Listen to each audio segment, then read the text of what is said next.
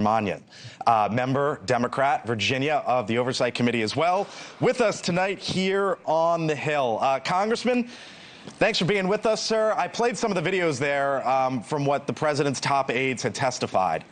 Under oath, it's all out there for anyone to see. Should Democrats feel embarrassed about how all this played out in the final months of the Biden administration? No, I mean, what was also in the testimony and what was very clear was that Joe Biden was involved in all of the policy making and all of these decisions. He may have delegated specific tasks, but we all delegate tasks because there's a lot on a president's plate, right?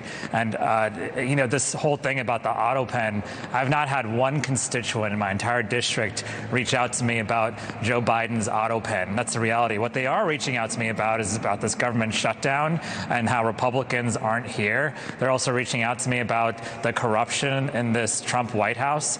This president used the Autopen quite a bit when he pardoned the January 6th insurrectionists. I wonder if he knows the names of all 1,500 people who were part of the insurrection that he pardoned.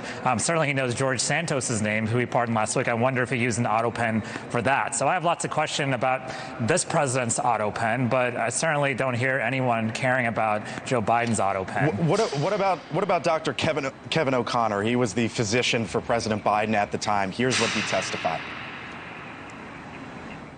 Were you ever told to lie about the president's health? On the advice of counsel, I must respectfully decline to answer based upon physician-patient privilege and in reliance on my right under the Fifth Amendment of the Constitution. He pled the Fifth. Does he owe the American people an explanation of what he saw, when he saw it, and what he believes?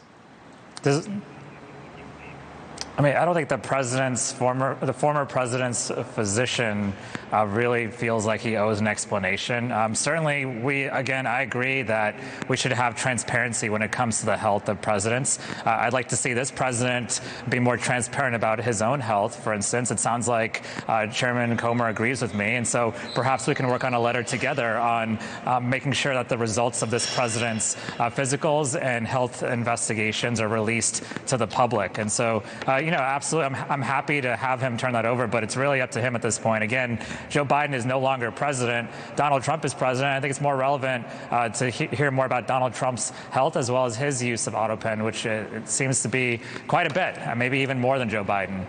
All right. I told you we wanted to hear from both sides. Democrat from Virginia, the chairman from Kentucky, with us tonight here on the Hill. Thank you, sir. Appreciate it. Thank you. Of course. All right. A lot more to get to tonight.